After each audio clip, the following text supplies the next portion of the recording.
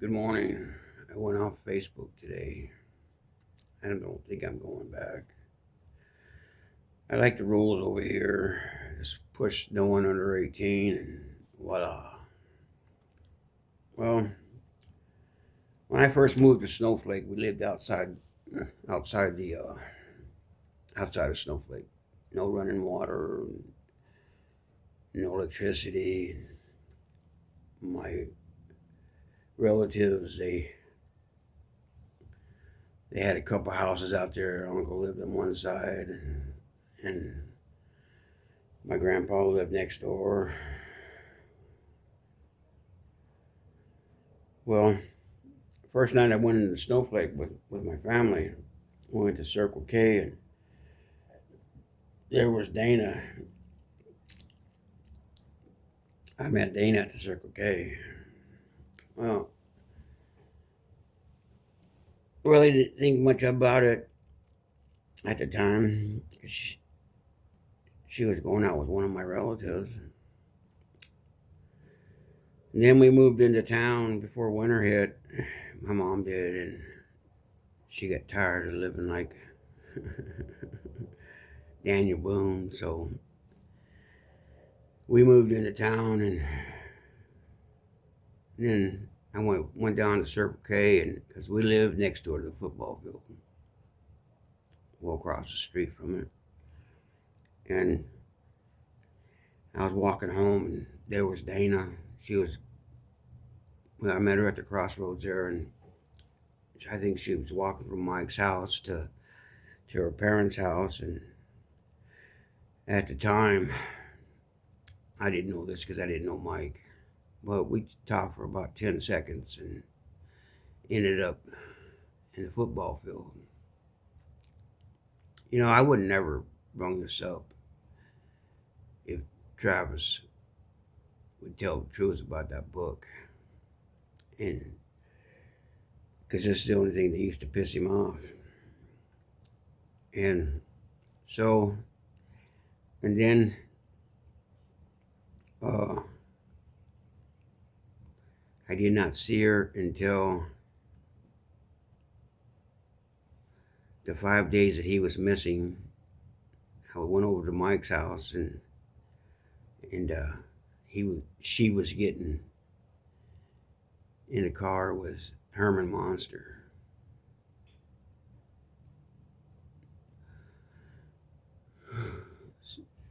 And then I seen her once, one after that, I think. After all this happened, I went over to Travis' house to get some information because I was already married and living in Taylor. And I went over there, and Dana said, "You're not allowed in the house." Travis knows. I said, "Of course, Travis knows, you know." And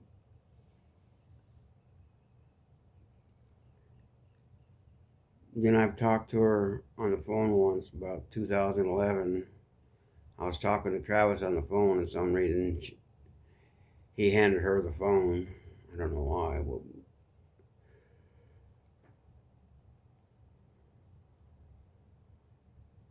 But I I talked to her more. Oh, we wouldn't actually talk it, but I was with her more at the football field than I've ever been with her since or before. And I really wouldn't do this if Travis would tell the truth, because there's other women out there I've slept with, and they're married, and I wouldn't say anything to their husbands. That's just wrong, you know. So, and this pisses Travis off, and he's lied so much in that book. You know, I can prove he lied. I proved it. You know, the straw thing in the book, that didn't happen. And I'm telling him 30 years before that it didn't happen. Oh, Mike told me this. Mike told me it happened. You know,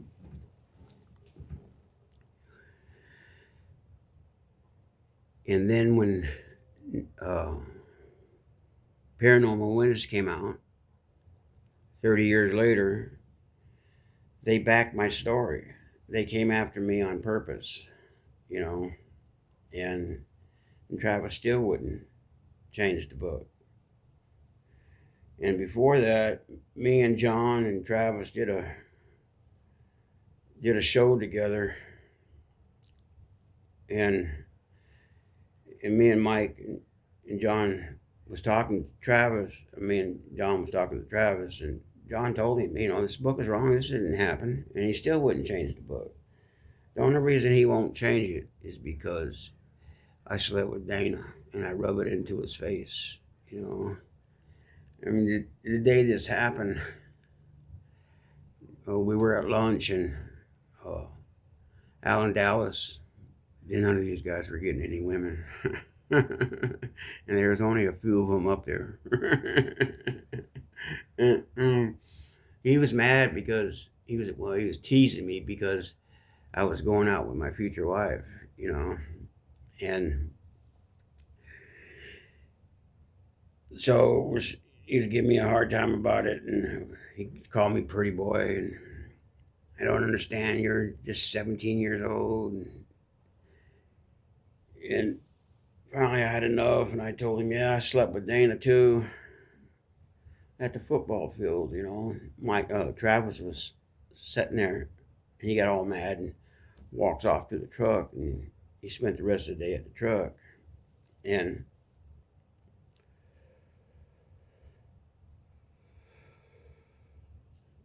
then Mike and John was walking up to us, and that's when Alan Dallas said, that's Mike's sister. Don't say anything anymore. And that's the day I found out that Mike and Dana were brother and sister.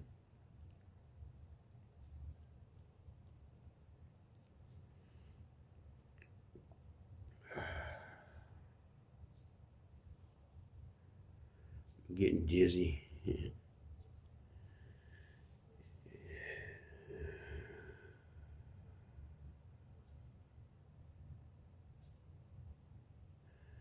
Mike told me everything.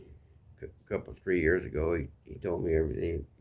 It was all a hoax, and how uh, it was supposed to just be the UFO part, and Mike made all that up. And Travis is the one who put in the aliens. Have you noticed his grays changed through the years? Oh, he never called them grays until after not paranormal, after 1977, when the National Enquirer came out with aliens in Roswell. And if you want to know what I believe about Roswell, you can look it up on my Facebook, because I'm not going back on there, but I just left everything, some of the stuff open, some things you can't see. And Mike said that he spent 5 days in that cabin. There was a cabin a few miles away from there that Travis's mother's boyfriend owned, and that's where he was at for 5 days, according to Mike.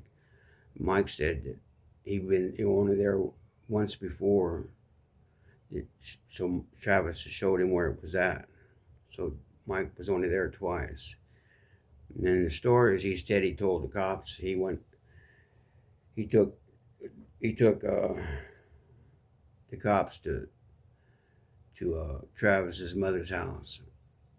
Well, Travis's mother's house is in Snowflake. I believe Travis's mother had something to do with this too, because that woman could never look me in the face in those 5 days either. And then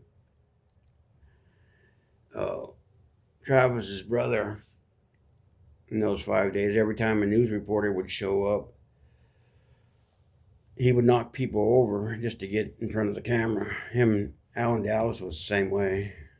I would be going the other way, and they'd be running towards the camera, and I'd be running the opposite of the camera.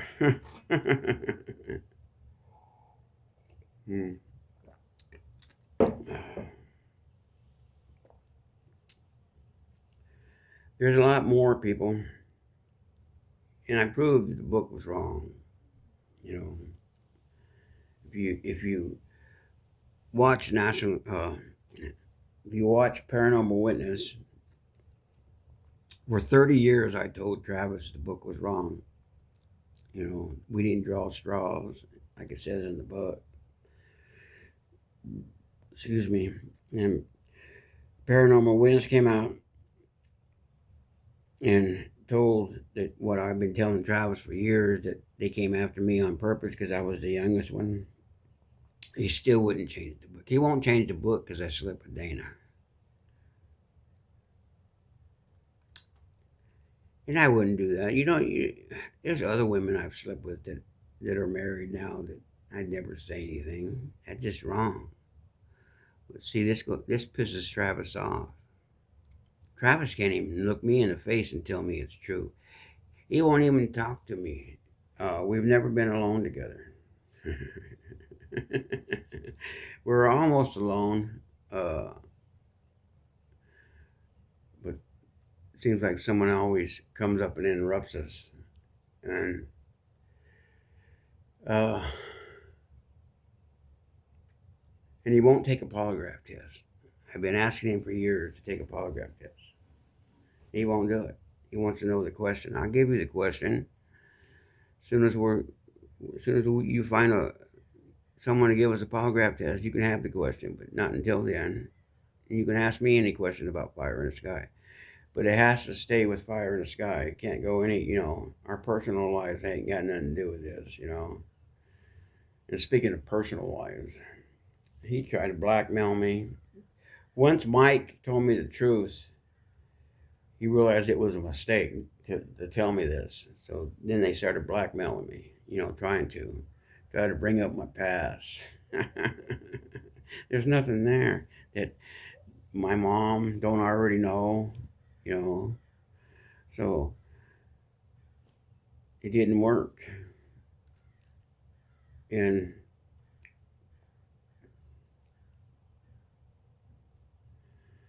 sorry, I'm getting dizzy again.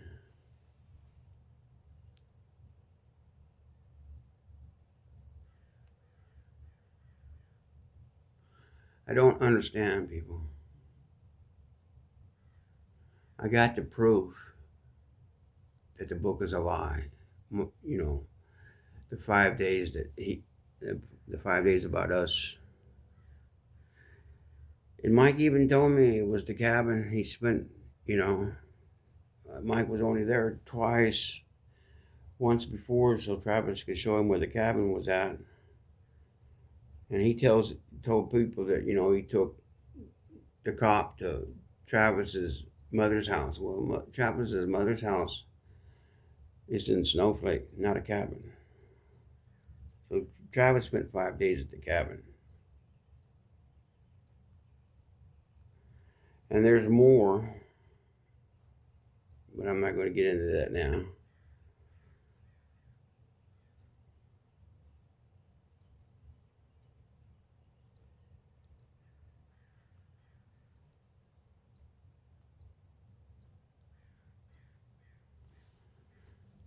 It's a weird feeling when you can't breathe.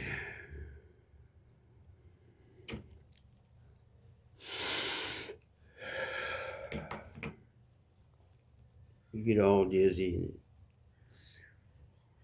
Well, I'll be back in a couple weeks. If not, I got some stuff that's been pre-recorded that someone will put on YouTube.